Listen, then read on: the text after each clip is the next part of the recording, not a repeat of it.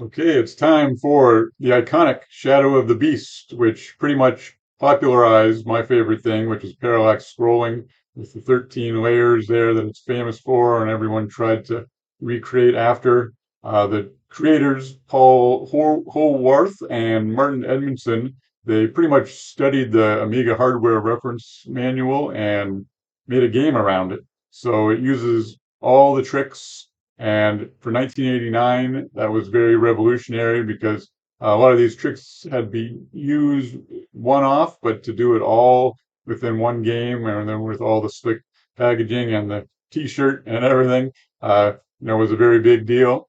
So it's a very, very beautiful game. I'm sure you've probably seen it, but let me just play for 1 second here. And yeah, look at all those 13 levels of layers of parallax or slices of parallax. And yeah, so first thing is that it's a dual playfield game. So if we change the bit planes here just to 0, 2, and 4, then you get the front. So that is what the front layer looks like. And yeah, a lot different, eh? And then if you switch it to the back, we'll go 1, 3, and 5. So there's just the background. So yeah, it's pretty amazing. And then if we want to just see the sprites, well, we'll take all the bit planes off, and there's just the sprites. So uh, let's see, we'll go one at a time. So yeah, look at all the reuse of the sprites vertically. You've got the counter up here, and then you got parts of the blimp, and then part of the character. Bring it all together one at a time. And then there's also this tree back here, which I don't think any of the other ports had, just to show off a little more, right? And have uh, here, if you look at it all together, you have 3 layers of overlapping parallax then because it's using a sprite. So just a little show off there that they did. So I appreciate that. And a lot of the enemies were also sprites. Yeah, let's go. I think the bat is the first enemy. I have invincibility on, so see if I can pause it when the bat comes. Oh, no, sorry, it's the rock is first. So there's the rock, and if you take the sprites off, boom, it disappears. So those are 3 color sprites. So what they've done is for pretty much the whole game, they use this same scheme where they take I think it's sprite 6 and 7, yes, are 3 color sprites for the enemies. So every single sprite enemy uses these 2 channels, so sprite 6 and sprite 7. So there's 32 pixels wide max because each sprite on the Amiga is 16 pixels wide, and then it can go vertically as infinite. And so it's these 2 last sprites put together. So all the enemies are in 3 colors, and they're 32 pixels wide. And because you need all the other sprites for the character, and actually, because you'd think maybe that you only need these 4 sprites for the character, right? Because you're like, oh, well, there's 2 sprites left over. But the thing is there that, yeah, watch here. If I bring it back, and if you punch, look at that. He's got no arm.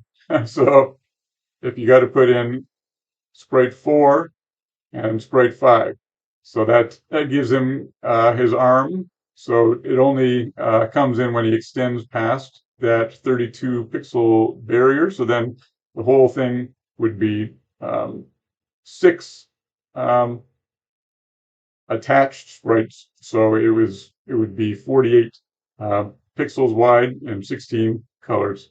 And then also, if he jumps and kicks, let's see if I can do that. All right, there's him jumping. So his legs there are also sprite 4 and 5 by legs.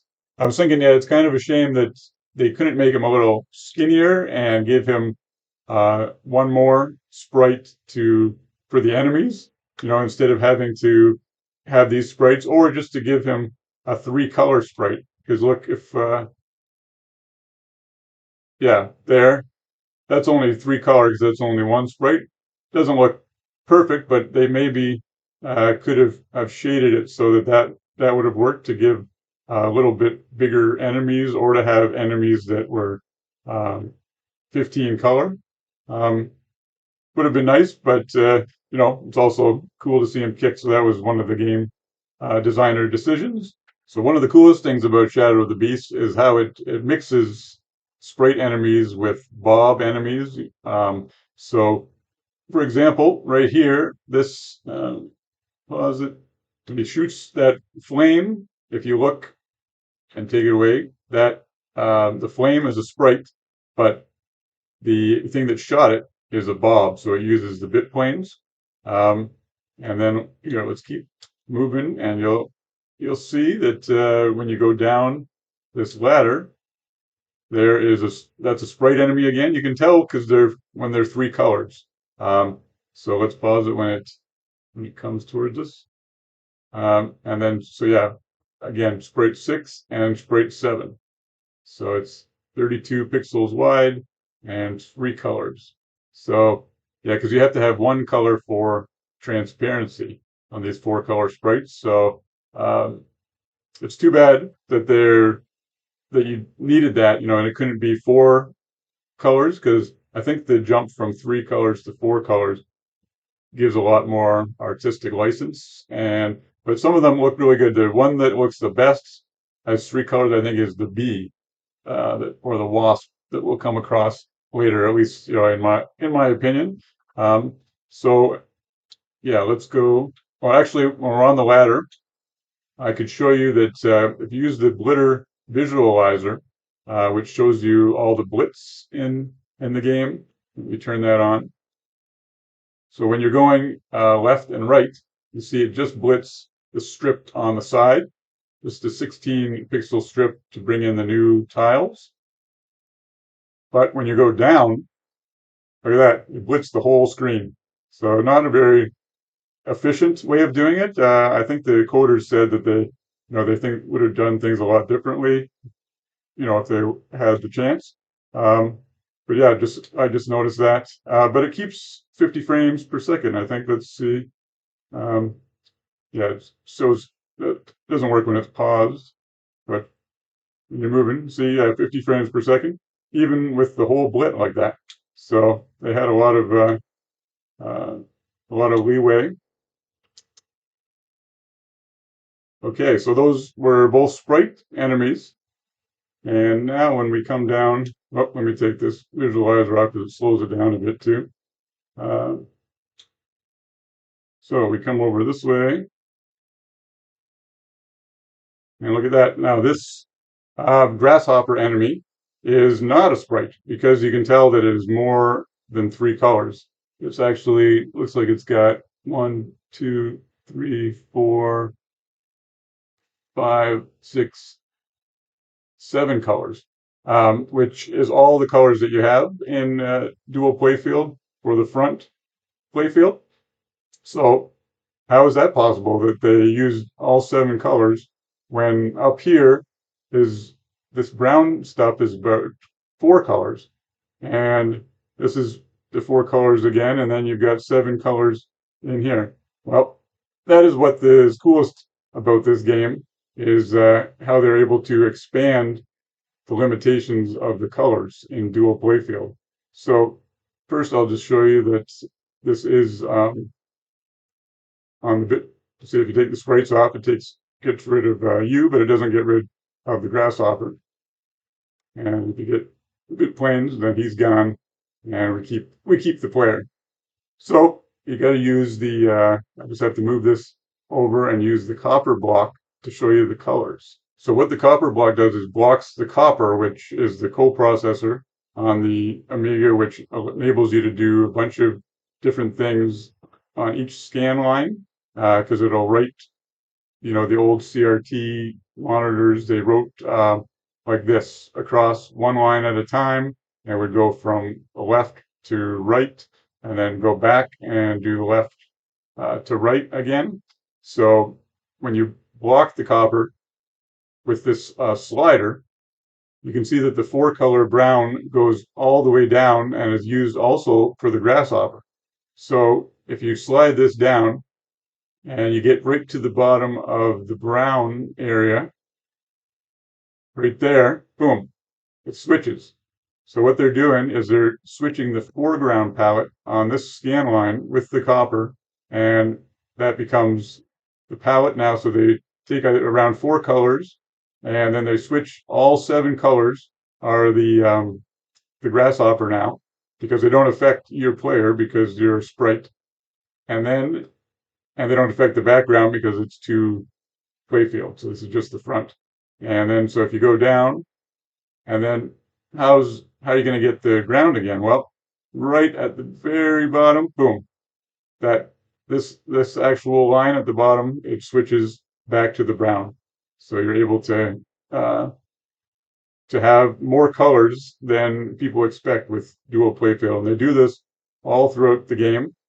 And one thing I forgot to show you here at the top is that you can also, even though this is a sprite, the 12, see if you take the sprites off, it disappears. The 12 is a sprite, but you can also change the colors with the copper on sprites independently from the bit planes. So if you watch this on the 12, look at the 12, and when the copper block goes, if I go it slowly enough, it goes line by line. It's just using probably one color there and just switching it.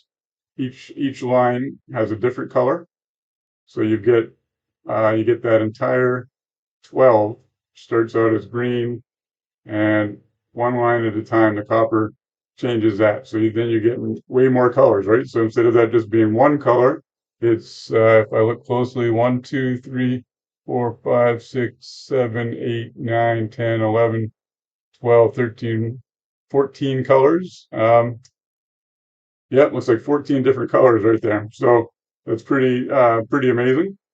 And the very cool thing that I discovered when I was trying this out is that you can see when these palette changes happen if you leave the copper blocker on as you play.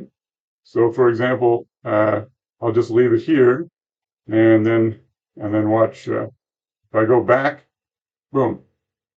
So it's changing the colors if I go slowly right there. So at this point, the whole screen is the front playfield is just all that brown, and then right when you get there, it switches it to the green, getting ready for the enemy. Okay, this area really shows the color changes really well. So these are Bob enemies that are much more than 3 colors. So watch this with the flames up here. So you've got the fire and the top brown part here, but then those indexes for those colors, if you don't before you change the palette, are used also for the enemies, right? So you can see the fire parts and the brown parts in them. So, but when you bring it down and you get down to the bottom of the brown part, right there, it switches the palette to the purple, and then you've got a whole new palette. And then when it gets to their feet, boom, back to the brown. So it does this, yeah, throughout the whole game. So it's not just changing. Most games just change that are used dual playfield, just change the background colors. But this one also changes the foreground, like Lionheart and Parallax and some exceptional games that do that. Okay, as we proceed along here, you can see more color changes. Watch as we go. Boom. The changes to get ready for these guys. And also, you can show you that you see the skeleton hand that moves up here. You put the blitter visualizer on, you can see that it's a blit, and also that it's blitting these enemies.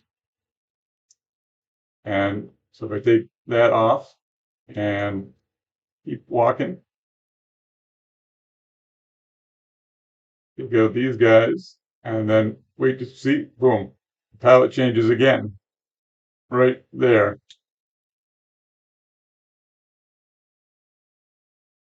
And this guy his ball is a sprite. If you take that out, there goes the blue ball. And yeah, and if I bring the copper blocker down, then it'll change the ground. But if I leave it here, shows that there's nothing up top here, so they don't have to worry about changing it twice. They just have to change it once, um, right at that moment, and to the palette for the flame and for the demon here. Okay, I discovered something interesting here is that now that we have a plasma shot that, as you see, I'm shooting it out, so it changes the sprite and adds this part to the sprite. But then when you shoot the plasma, and if I pause it and I take the sprites off, remember how before it was only always using sprite 6 and sprite 7?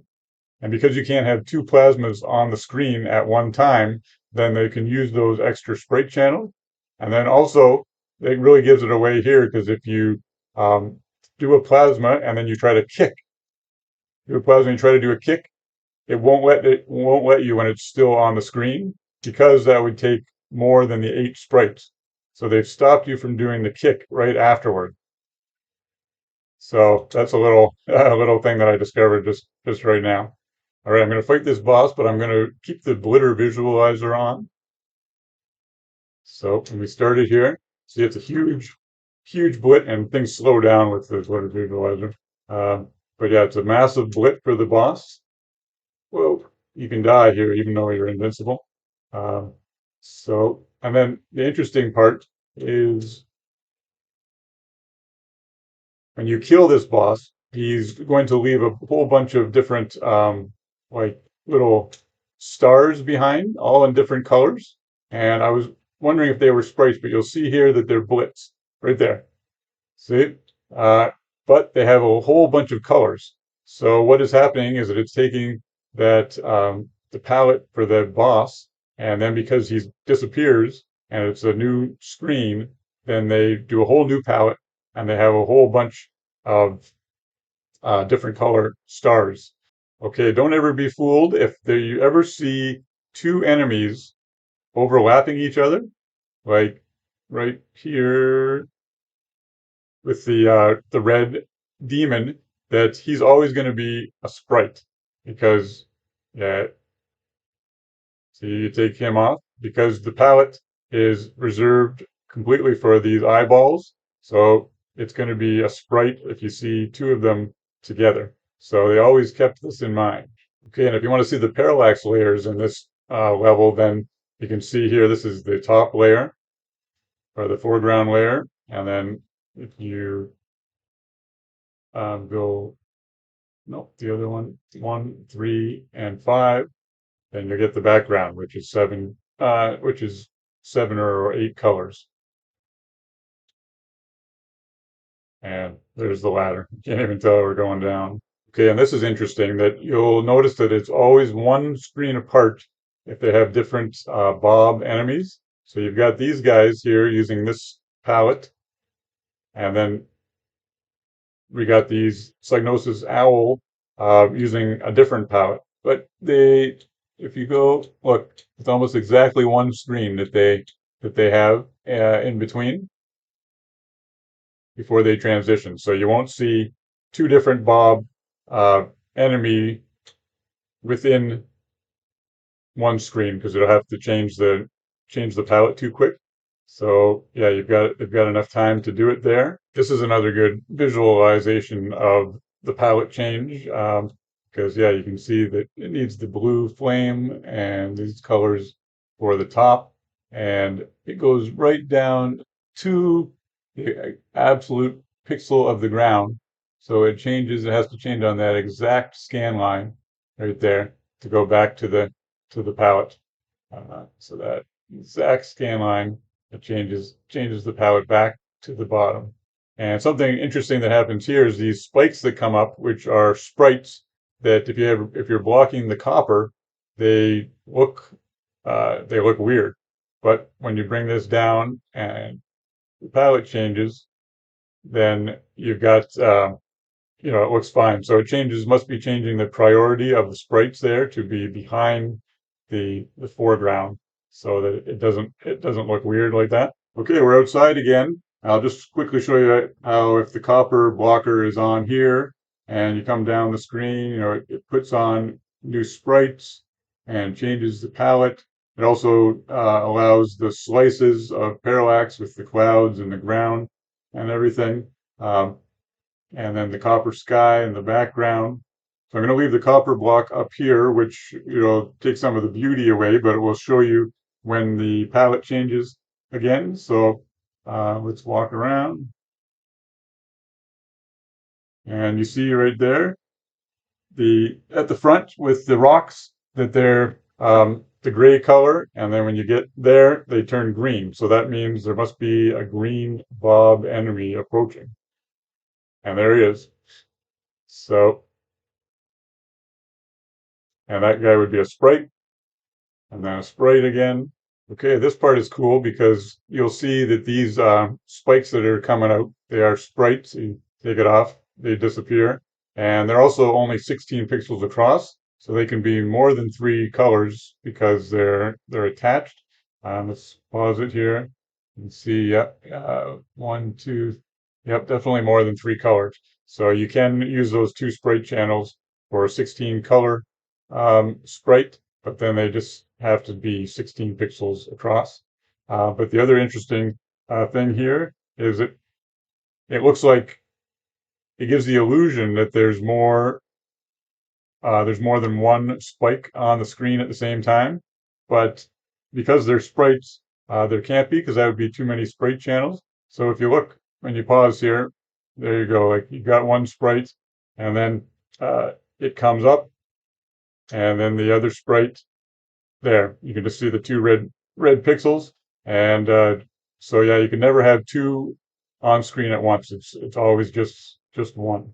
And you'll notice too that there's never any Bob enemies within the forest because they need all the colors for the trees. See, this is a sprite, this enemy guy. They need all the colors for the trees. And if I do the copper block to show that again, that they need all these colors up here, and then it switches down here. But that is for the back playfield where the grass is. All right, and the last thing I'll show you is this is kind of interesting that when you move the copper block down and you get the right palette right there, you see that it's green and there's a bunch of green colors, but then there's the yellow, and it's like, oh, how do they have enough colors because they overlap, and because it looks like it's coming out of the ground. But then you'll notice that if you take the bit planes off and make just the background, it's that the grass is in the background. So that's how they can give the illusion that it's coming up from the grass and that there's enough colors there because they're on separate playfields. And I just wanted to leave you that I mentioned earlier my favorite 3-color sprite art was this bee/wasp. So yeah, I think it looks really good, and I never would have guessed that it was 3 colors until I was doing this, because especially when it's animated there. Yeah, see, that's pretty amazing that it's 3 colors. So yeah, it's a great game. They've used a lot of amazing tricks, and it's just very, very impressive, and it has gone down in history. So thanks so much for watching. I really appreciate it. And if you have any other games you want me to check out and analyze, feel free to put it in the comments. So thanks again. Take care.